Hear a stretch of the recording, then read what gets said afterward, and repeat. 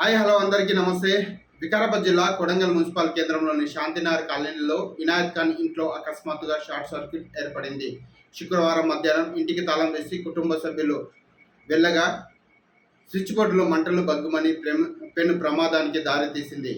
కుటుంబ సభ్యులు చుట్టుపక్కల వారు అప్రమత్తమై షార్ట్ సర్క్యూట్ మంటలు ఆర్పే ప్రయత్నాలు చేశారు. మంటలు ఆర్పడంతో పెను ప్రమాదం తప్పి రూపాయలు 3 లక్షల విలువైన సామాగ్రి కాలి బూడిదైంది.